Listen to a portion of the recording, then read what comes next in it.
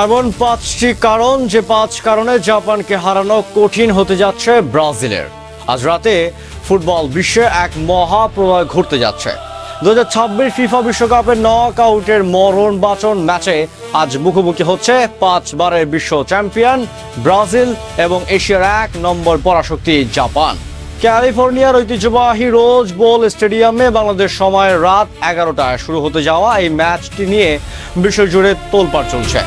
কাগজে কলমে ফিফা র্যাঙ্কিংয়ে আর ইতিহাসে ব্রাজিল যতটা এগিয়ে থাকুক না কেন, মাঠের আসল সত্য কিন্তু সম্পূর্ণ ভিন্ন। টেকনিক্যাল অ্যানালাইসিস এবং ফুটবল পণ্ডিতদের গভীর পর্যালোচনা বলছে আজ ব্রাজিলকে বিদায় করে দেওয়ার জন্য 5টি মারাত্মক অস্ত্র নিয়ে মাঠে নামছেন জাপান।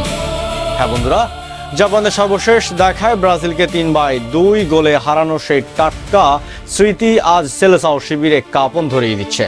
ঠিক কোন 5টি অমুক কারণে আজ ব্রাজিলের জন্য জাপানকে হারানো অসম্ভব এক মিশন হয়ে দাঁড়াতে পারে, চলুন এই ভিডিওতে জাপানের সেই গোপন 5টি মাস্টার প্ল্যানের নিখুঁত ব্যবচ্ছেদ করা যাক।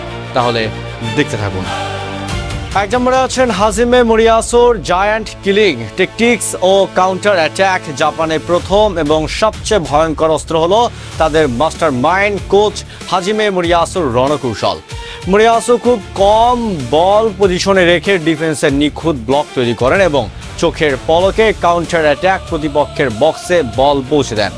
পরিসংখ্যান বলছে কাতার বিশ্বকাপে জার্মানি ও স্পেনকে যখন জাপান হারিয়েছিল তখন তাদের বল পজিশনে ছিল মাত্র 26% এবং 18%। বল পায়ে না রেখেও কিভাবে গতি দিয়ে বিশ্ব সেরাদের ধ্বংস করতে হয় তা মোরিয়াসু খুব ভালো করেই জানেন। 2 নম্বরে আছেন ইউরোপীয় ক্লাব ফুটবলের অভিজ্ঞতা। একসময় জাপানের স্কোয়াড কেবল ঘরোয়া যে লিগের খেলোয়াড়দের নিয়ে গঠিত হতো, কিন্তু বর্তমান দলটির প্রায় 80% খেলোয়াড়ই খেলছেন ইউরোপের শীর্ষ 5 লিগে। রিয়াল সোসিয়াদাদের হয়ে লা লিগা কাঁপানো তাকেফুসা কুবো, মোনাকোর হয়ে ফরাসি লিগে দুর্দান্ত ফর্মে থাকা তাকুমি মিনামিনো কিংবা সুটগার্টের উইঙ্গার রিৎসু দোয়ানরা ইউরোপের সেরা মঞ্চে খেলে অভ্যস্ত। ফলে ভিনিসিয়াস জুনিয়রের মতো ইউরোপীয় তারকাদের শক্তির জায়গায় ও দুর্বলতা খুব কাছ থেকে চেনা আছে তাদের। 3 নম্বরে আছেন এন্দো তানাগাকার প্রেসিং।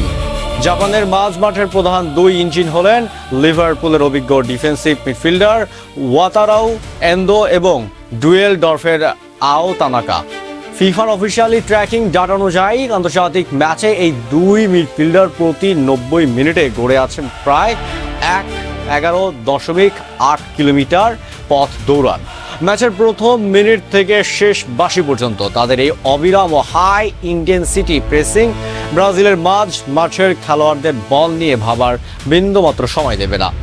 মাঝ মাঠের নিরবিচ্ছিন্ন চাপ ব্রাজিলের বিল্ড আপ প্লেকে শুরুতেই ভুলের মুখে ঠেলে দিতে পারে। 4 নম্বর হলো সেট পিস ও এরিয়াল বলে জাপানের নিখুঁত রেকর্ড।